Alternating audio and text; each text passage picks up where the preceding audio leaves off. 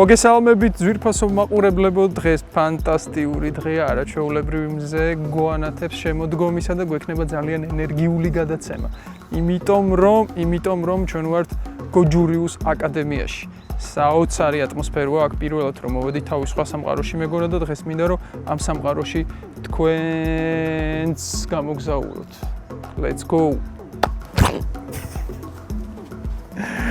დავდივარ თითქმის ერთი თვეა და სიზმარში, სიფხიზლეში სულ ხელფეხს ვიქნებ, ეს რა კაი რაღაცა ყოფილა ხალხო. ძალიან გახარებული ვარ, უბედნიერეს პატარა ბავშვი ვიყავ. ფანტასტიკური ატმოსფეროა, გავგიჟდი რომ თბილისში ესეთი რაღაცა მოვაჩინე. იაპონიაში მეგონა თავი. ძალიან გამიხარდა, მთელი გულით გამიხარდა მართლა. და მოდი გავიგოთ რა დგას ამის უკან, რა არის საერთოდ გოჯურიუ. გოჯურიუს ვეძახი, რატომაც გოჯურიუ უნდა დაუძახო. საერთოდ რა სტილია, საიდან მოდის, რას გვასწავლის და ასე შემდეგ და როგორ მოხდა ეს აკადემია თბილისში. როგორ ესალმებით ხოლმე კარატეში? ესეთი? არა, კარატეში ვესალმებით ფეხები, ესე ტანისწორად და ოღონდ ეს მზერას უნდა გქონდეს ესე შენარჩუნებული. თვალში, ხო? ხო, და თან ამ თავის დახრის დროს აი ამ ღირსებას არ კარგავ. ანუ კუცკი არ უკიცინე. გასაგებია. თან თვალში უყურებ და მზად ყოფნასაც გამოხატავ. აი ერთდროულად კი. ხო, რო რამე მოასწრო რაღაცეები. კი. აიდა.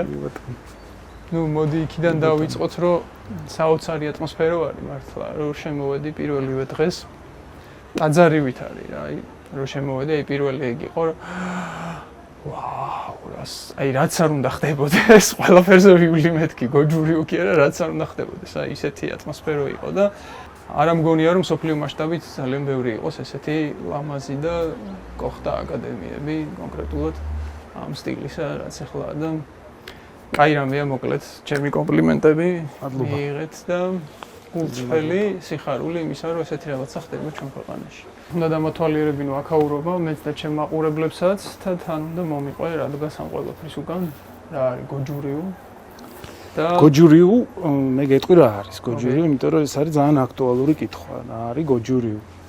აი, წარმოიდგინე დიდი მუხა, რომელსაც აქვს ძალიან მყარი მერქანი და ძალიან ღრმა ფესვები. ეს არის გო. ანუ მისი სტრუქტურა არის მაგარი, ანუ გო. ნიშნავს მაგარს. და წარმოიდგინე ახლა ამ მუხას, ესე ძლიერ მუხას რო არ კონდეს სირბილე და აი ამ ქარის დროს ლავირების და მოძრაობის საშუალება თითქოს დგას, უძრავია. მისი რბილი მხარე არის ჯუ. როგორც ყველაფერში ეს ანტაგონისტური დამოკიდებულებები და სამყაროს ეს ნაწილი ამ შემთხვევაში ჩვენი სახელწოდებაც ამას გულისხმობს და რაც პრინციპში ხა აღმოსავლურ ორთაბრძოლებში და აღმოსავლურ ფილოსოფიაში მაგაზე ეტიკას რა თან სირბილეში რო სიძლიერია და ესე ურთიერთგამორიცხავი. კი, ძალიან საინტერესოა. არ ვიცი, ამას ალბათ ჩემი მოსწავლეები უფრო ხედავენ და ჩემ თავში ეს პროცესი მუდმივი განვითარების არ წყდება ესე ვთქვა. ხანდახან მგონია რომ არაფერი არ ვიცი. ეგ შეიძლება მაგხო. აი ყველაზე დიდი ცოდნა. არ ვიცი. არ ვიცი. გოჯურიუს არსი და ესე ვთქვათ დატვირთვა არის ის რომ მე როგორც სხეული გარედან ვიყო მონოლითი, ესე ვთქვათ, ძლიერი და შიგნით ვიყო ჰარმონიული და მქონდეს სიმშვიდე და ვიყო გაწონასწორებული. ბავშვებს ესე ვასწავლით ხოლმე რა, რომ გონება იარაღია რა. გონებას თუ არ მართავ, შეიძლება იარაღივით იყოს რა, საშიში იყოს რა, ეს ნამდვილად.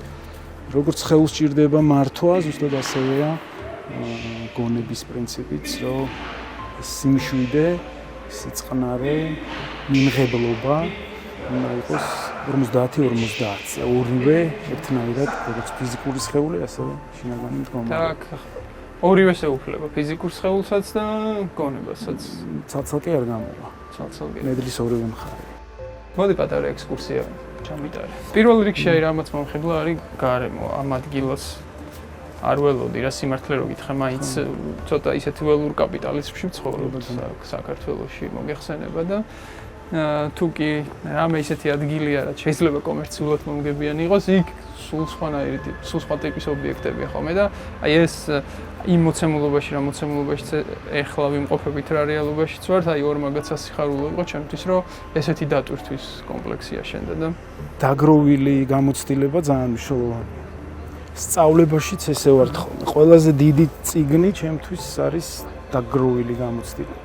რაც მე დავაგროვე, რაც სასარგებლოა ადამიანებისთვის, ბავშვებისთვის, ეგ ჩემთვის ძალიან მნიშვნელოვანია და დაგროვილი გამოცდილება, რასაც ხედავ ყველაფერი აბსოლუტურად დაწყებული ღობის სფერიდან, რომელიც ვთქვათ, კიოტოში ვნახე და ეს ერთ დღეში არ მომხდარა, ამას ვაგროვებდი, ესე. კიოტოდან ჩამოვედი ცოტა ხნის წინ სხვათა შორის და ზუსტად ესეთ რაღაცებს ნახულობდი. რომ ჩვენ უფრო ქართული რაღაცეები დავამატეთ, რომ ვფიქრობ, რომ მაინც განწყობას ქმნის ეს ვიზუალური რაღაც დეტალები, ძალიან მნიშვნელოვანი. მაქსიმალური გამწვანება, მაქსიმალური ჰარმონია და შერწყმულობა ბუნებასთან და ადამიანთან. უკან გარშემო ისეთი სივრცეებია, სადაც შეგიძლია ჩვეულებრივად გახვიდე გარეთ და იგრძნო შენი თავი გარეთ ბუნებაში ვარჯიშის დროს, რაც აბსოლუტურად სხვა კომფორტია და განსხვავდება დარბაზში ვარჯიშისგან. ეს პატარა სახლებიც ანათებს ხოლმე ღამე და თავისი დატვირთვა აქვს ამასაც. რას ნიშნავს ისე? ეს უბრალოდ ლამპიონებია? ეს ლამპიონებია, ხო, ლამპიონებია უბრალოდ აქ წარწერები იაპონური იეროგლიფიდან ეს არის გოჯურიუ, ის არის შინგიტაი, შინგიტაი ნიშნავს გონებას, სხეულს და სულს. ეს სახურავი ესე რომ გაგვეკეთებინა ძალიან ვიწვალე ამისთვის, რომ აი ეხლა ესეთი გადახურული სივრცე მე მგონი საქართველოში კი არა ბევრგან არ არის. ტექნიკურად შესასრულებლად ცოტა რთული იყო და იაპონურ სტილში და ჩვენი არქიტექტორი ლეონ ჩხაიძე სხვათა შორის ბევრი რაღაცა ხდება ჩვენთან რაღაცა დამთხოვებით, ან კარგი დამთხოვებით და რაღაცა თითქოს დაალაგებული სცენარია, რომელსაც მიყვებით და ვიღაცა ესე გაძლევს ნიშნებს მიმართულებებს, მაძლევს ესე ვთქვათ და ამ რაღაცებს მიყვები და ხანდახან აი ამ ღერძიდან გადასული როცა ვარ, მაგ ნიშნებს ვერ ვხედავ ხოლმე რა. როგორც კი ბრუნდები, იქ სადაც უნდა ვიყო და თავს კარგად ვგრძნობ, მე ვხედავ რაღაცებს.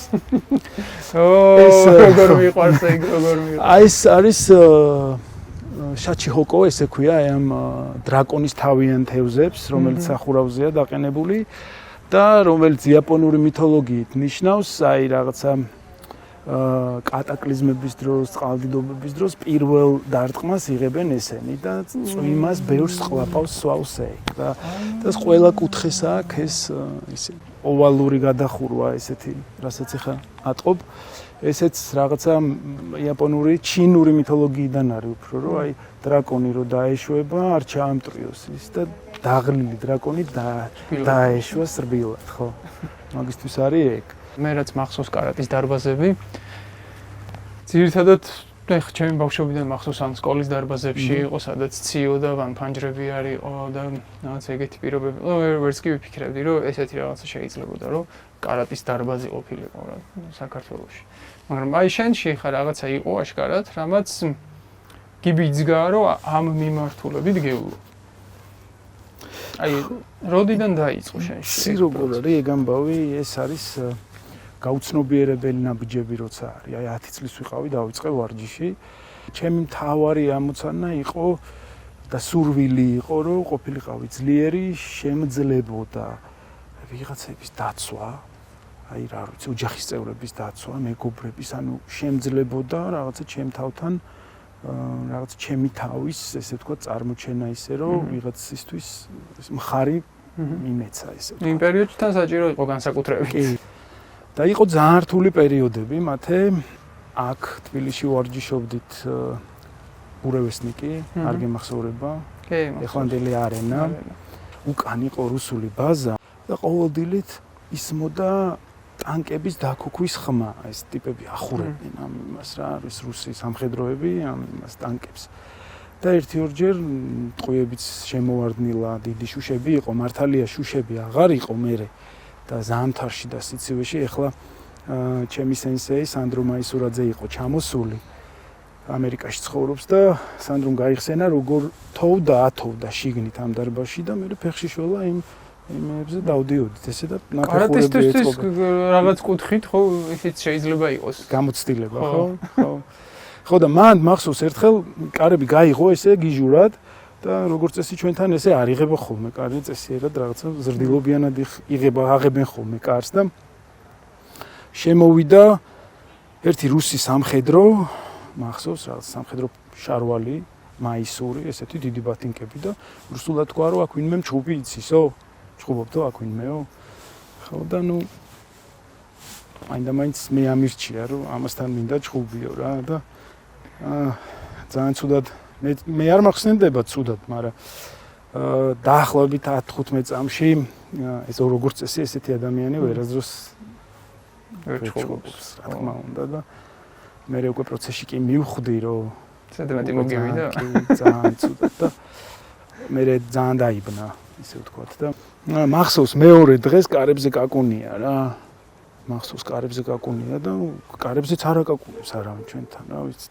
შემოდიან უბრალოდ რა არც დაკაკუნება გჭირდება და არც შემომტრევა რა ხო და დგას ეს ბიჭი რა ეს კაცი რა ჟენია ერქვა სახელიც მახსოვს რა იმას ეძახდნენ რა მაშინ იმიტომ რომ და გავიხედე და უკან უდგას ერთი 20 სამხედრო კაცი რა ბიჭები რა ეს კიბე იყო ესე ამოსასვლელი რა ხდება მე ვთხარი რატომ მოხვედი რა მითხრა იცი შეიძლება დარბაზი დავალაგო ხო და მეთქი ესე მოსულიყავი თავიდან გასმოწვალე ხო მე გიყო ისტორია ხო ისწავლა კი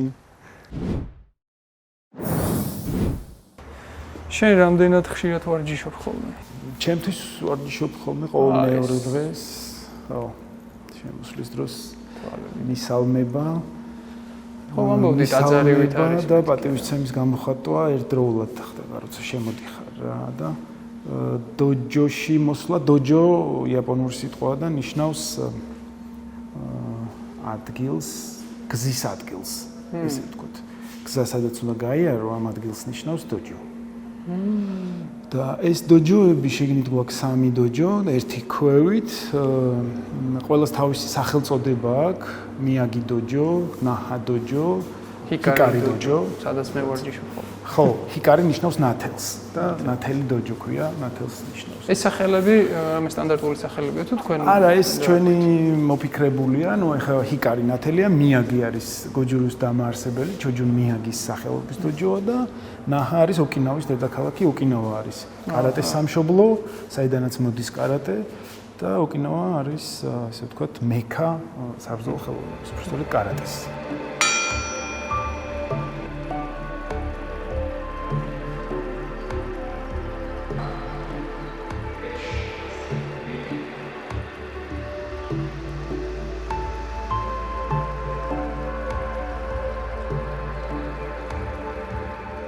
ახლა აქ რო შემოვდივართ, ფეხსაცმელებს ვტოვებთ აქ. ხო. მე ვგიჟდები ისეთ ადგილებზე, სადაც ფეხზე უნდა გაიხაროს და ის უნდა შეხვდე. ზოგადად დოჯო რაღაცა სარკეა. შენი თავის.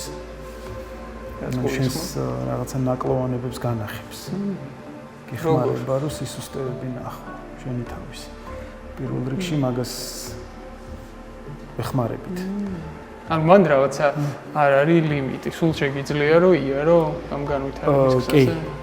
კი, ჩვენ ხო ასაკი გვემატება და ამ ასაკის მატების დროს რაღაც უნარები, ფიზიკური მდგომარეობა ქვეითდება, ეს დაბლა ჩამოდის. ეს გეხმარება რომ ეს ნაწილი აი ამ სიტუაციაში შენი თავი გააძლიერო და უფრო დაუდგე და გაუძლო ამას.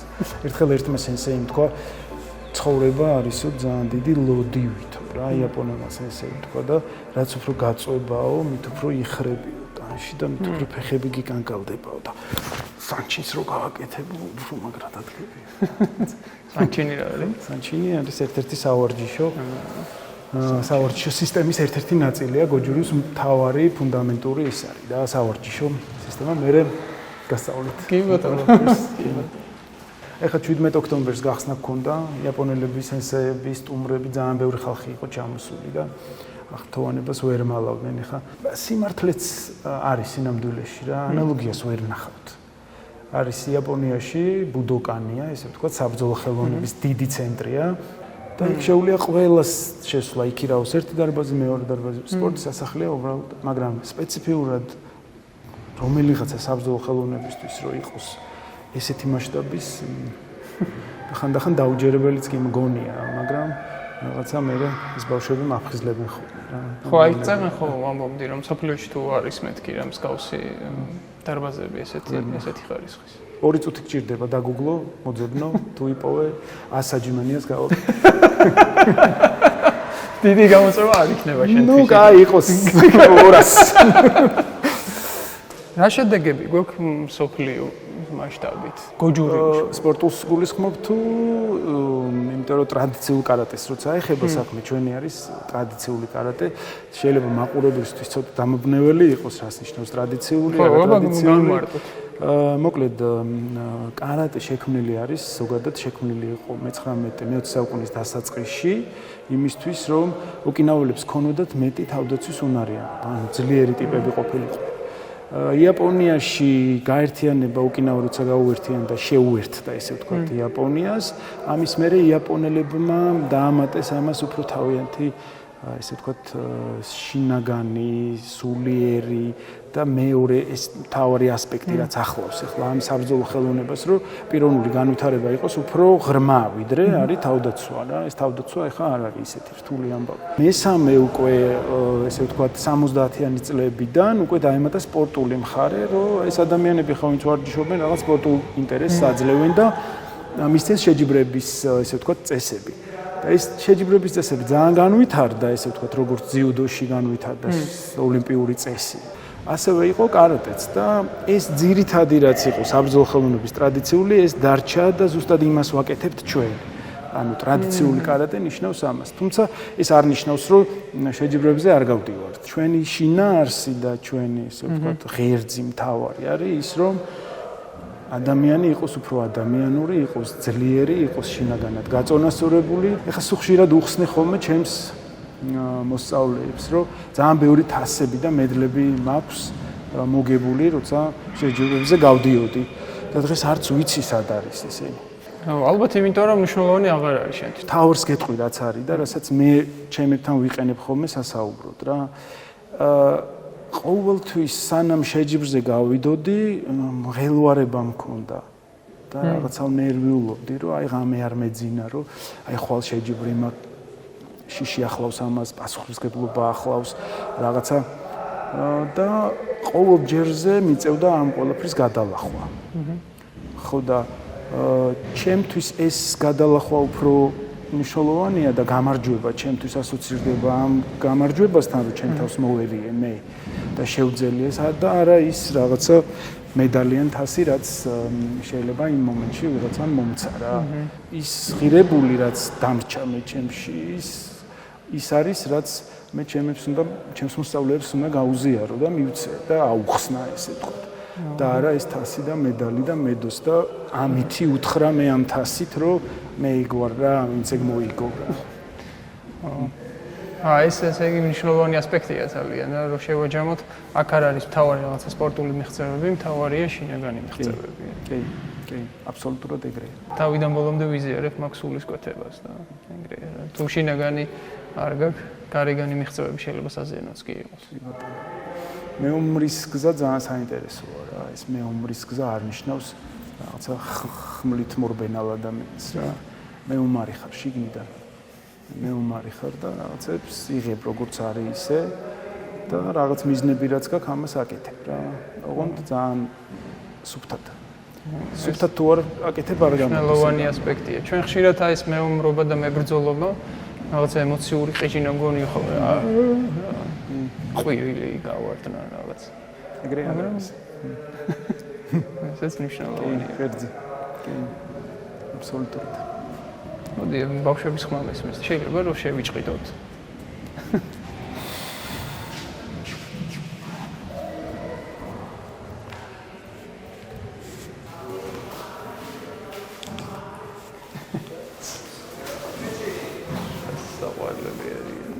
დღეს გვაქვს ესე ვთქვათ ფიზიკური ვარჯიშების დღე და ფიზიკური ვარჯიშების დღე ნიშნავს რომ ეს პატარები აკეთებენ ცხოველების სავარჯიშოებს, ანუ იმიტაციას აკეთებენ ცხოველების.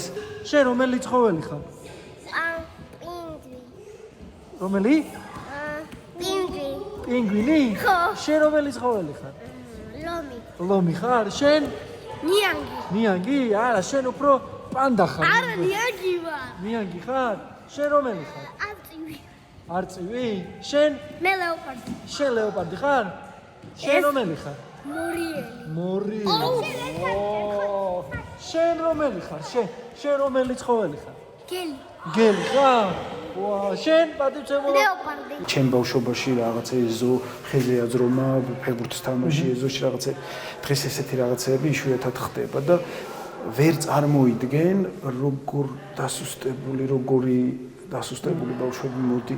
რაც უფრო აი ამ ბუნებასთან და ბუნებრიობასთან ექნებათ კავშირი, ამათ მით უფრო გაუადვილდებათ ჯანმრთელობის კუთხითაც და მენტალური ჯანმრთელობის კუთხითაც მდგომარეობა. ამაში ზუსტად ვარ დარწმუნებული ვარ 100%-ით ვიცი. კი ბატონო. მოსწონს თან ხო აშკარად რა ძალიან, ძალიან. იმდენად მოსწონს აქ ყოფნა და იმდენად გრძნობს ჩემს პატივისცემას. მე ესე არ უკეთებ. რაღაცა ესე არ ვეუბნები, არ ველაპარაკები. აი, როგორც ახლა მე და შენ საუბრობთ, ესე ველაპარაკები იმით რა. იგრძნობა პატივისცემაც და რაღაცა ერთ იმაში ვართ რა. მეც პატარა ვხდები, თან ისინი დიდები ხდებიან და შენს მაგალითებზე არის დამოკიდებული ძალიან ბევრი რაღაცა რა.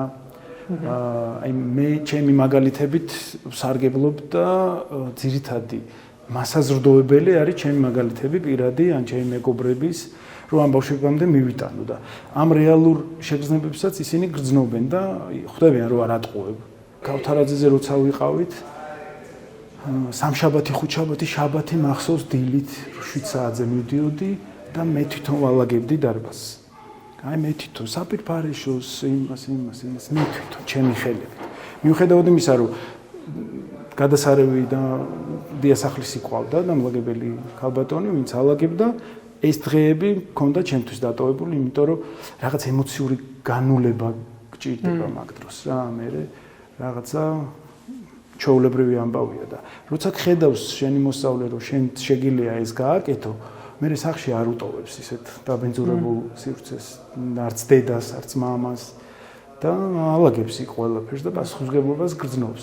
მინიმუმ შენს დაალაგებულს იქ უდიერად არ მოეპყრობა და არ დაასხავს რაღაცებს და არ დაყრის, იმიტომ რომ სენსეიც აკეთებს ამას. და ჩვენ აბსოლუტურად ყველა ესეთ მაგალითებს ვაძლევთ. აქ სენსეები ვინც არიან, ვინც ართ. ერთი მაგალითი ჯობია 100-ჯერ თქმას. ბუნებრივია. რა თქმა უნდა. მაგის როლზე მითხარი, აი გუნდის მნიშვნელობაზე ესეთ დიდი საქმის პროცესში. როგორ არის იცი?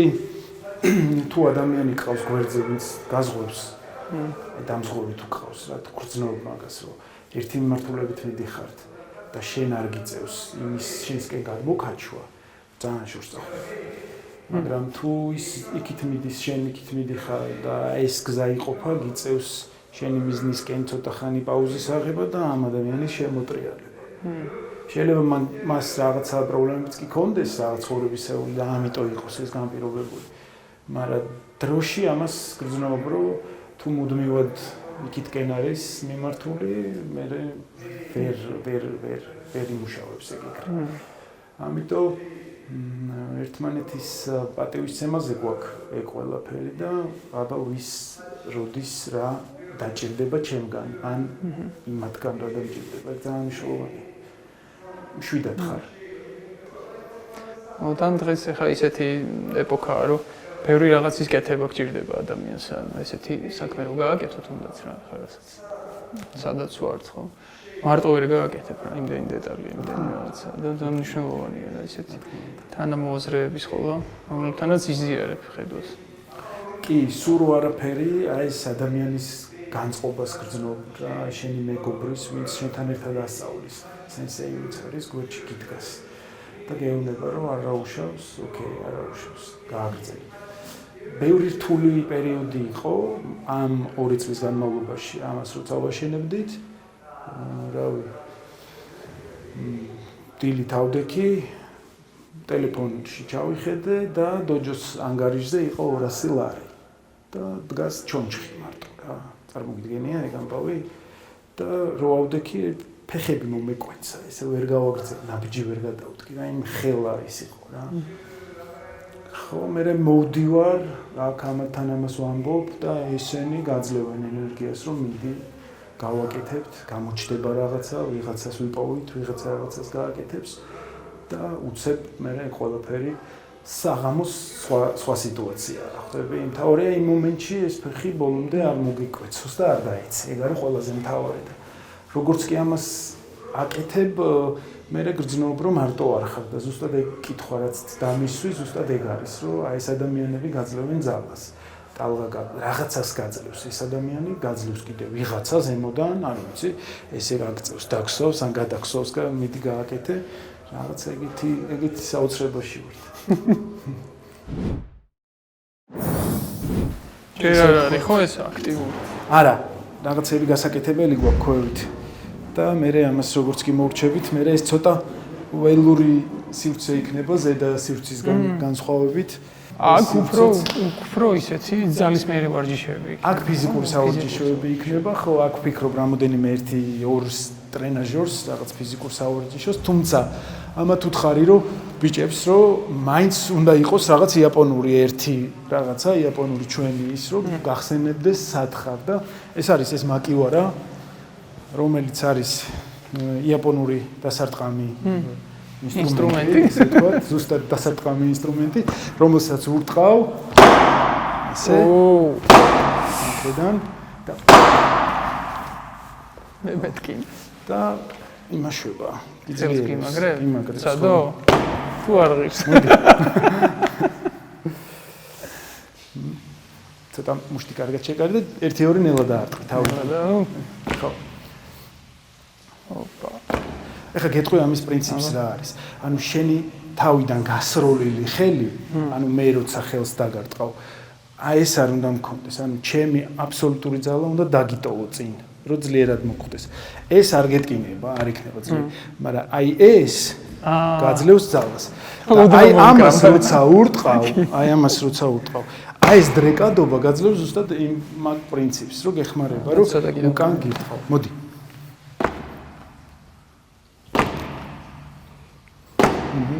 დაუტოვე ცოტა ხანი. ეგ არის, ხო.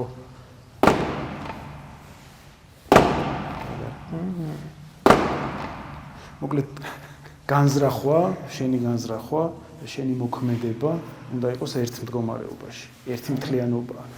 ანუ მე როცა დარტყმას ვახორციელებ, ამ დროს მე ღრუბლებში არ დავფრინავ. იქ ვარ და იმ მომენტს არ ვქო ძალიან მძაფრად. აი იმ მომენტს. ოღონდ ესე არა, ეხა შენ კაი დარტყმა გაქვს მარჯვენა. და მე და შენ თუ შევხვდით, მე მარტო მარჯვენას არ შევხედავ. ანუ ესე ჩვენთან არის ეგეთი გაგება, პერიფერიული ყურება. ანუ ესე დგები. და ესე უყურებ. ეხა მე ყველაფერს ხედავ. მაგრამ აი ესე როგორც კი კონკრეტულად ჩამოვალ ხელზე, მე რაფერს ვერ ხედავ, მარტო ხელის. და ეს არის საوردიშო პროცესია ეგაც. ძალიან მედიტაციური პროცესია, აცნობიერებ ყველაფერს. კი. იმიტომ რომ ჩვენ რაზეც ვილაპარაკეთ, საბრძოლო ხელოვნება, რომელიც არის თავდაცვაზე ორიენტირებული, უნდა აკონტროლებდეს ყველაფერს. ანუ უნდა ხედავდეს გარშემო ყველაფერს.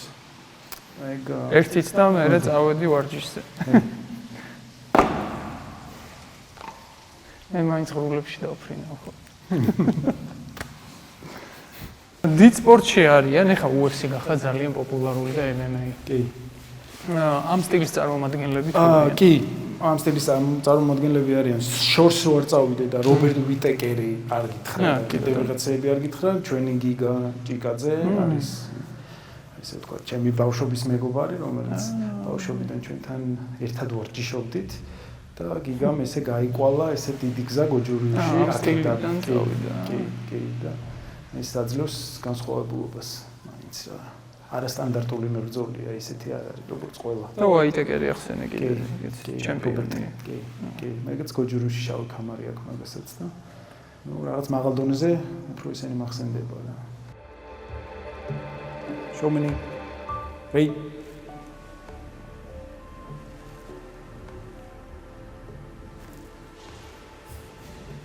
ეს არის ჩვენი მისალმება. ზოგადად ვარჯიში შემოსვლის წამიდან გასვლის დროსაც ესე ვესალმებით. ანუ გამოვხატავთ ჩვენ სენსეების მიმართ პატივისცემას.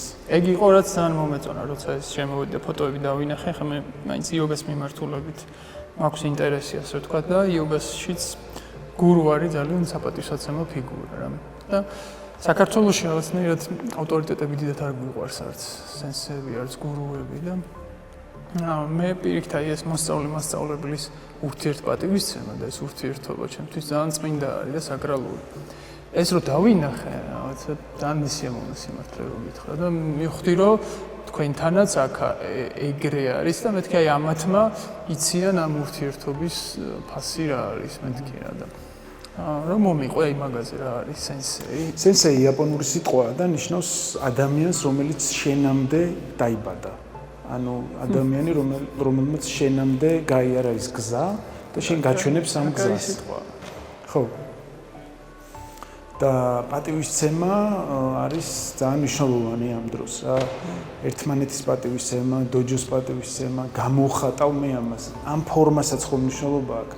შეიძლება ვიღაცა ფიქრობდეს, რომ გამოვხატავ, მაგრამ მე პატივისცემა მაქვს უბრალოდ, მაგრამ არ გამოვხატავ ამას რა. მე კი პატივის გცემ, მაგრამ მე შენ არ გიდასტური, არ გამოვხატავ ამას და აქ ესე არ ხდება.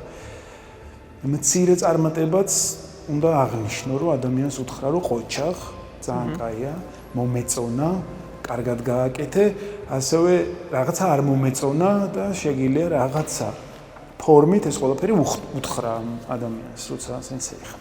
გოჯურის მთავარი პრინციპი ასევე არის ჩვენ გვაქვს დოჯო კუნი, ესე ვთქვათ, დოჯოს ფიცი. ბოლო აბზაცია არასოდეს დანებდე.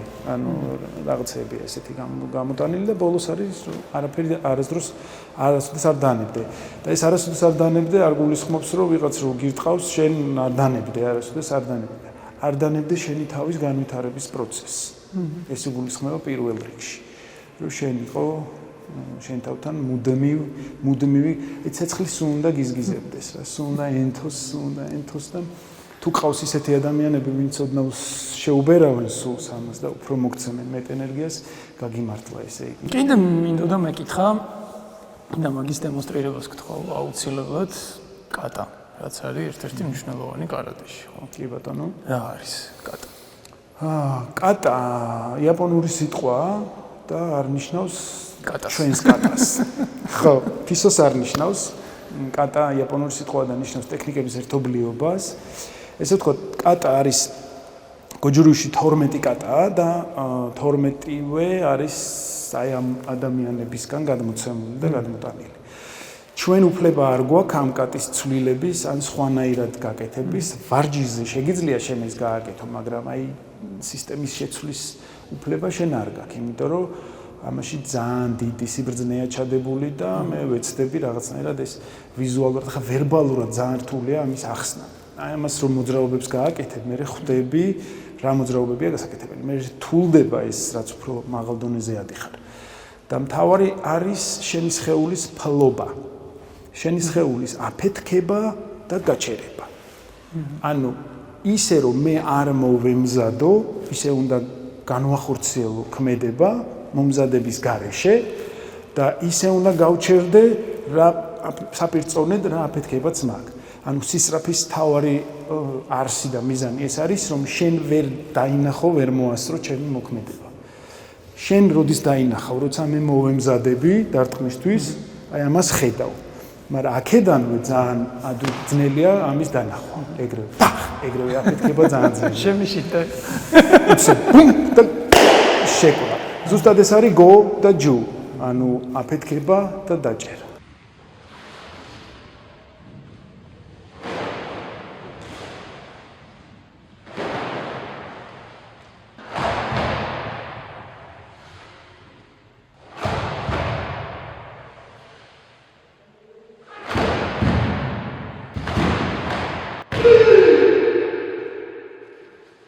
და გამოცდებზე კატებს აკეთებთ ხოლმე?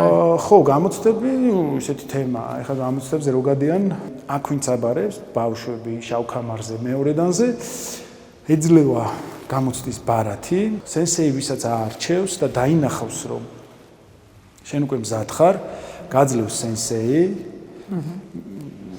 ნახავს შენი სენსეი ამ გადაცემასაც და ალბათ დაფიქრდება, როდის მოგცეს. იქიდან გვიყურებს. ხო, 6 თვეშიო. 6 თვეშიო? რა ვიცი, ნახოთ. და გეძლევა ბარათი, მოკლედ და წერია ამ ბარათზე, რომ შენ მზად ხარ იმისთვის, რომ მი გამოცდაზე გამოხვიდე კამრისთვის. თუმცა გამოცდა არ აღიქმება ჩვენთან როგორც ვიღაცის ჩაჭრის მცდელობა. პირიქით გამოცდა არის ზეიმი, რომ შენ რაღაცა მანიფესტაციას ახდენ შენი ცოდნისას და რაღაც სხვა ეტაპზე გადადიხარ. ანუ იქ აპრიორი არ გიყურებს სენსეი, რომ ეხა ჩაგჭრი მე შენ და ეხა წახვალ და გამოასწორებ. ეს განწყობა ჩვენთან არ არის. ანუ ის მოდის, ვინც გამოცდაზე გამოდის და მთელს თავის შესაძლებლობას და ენერგიას დებს.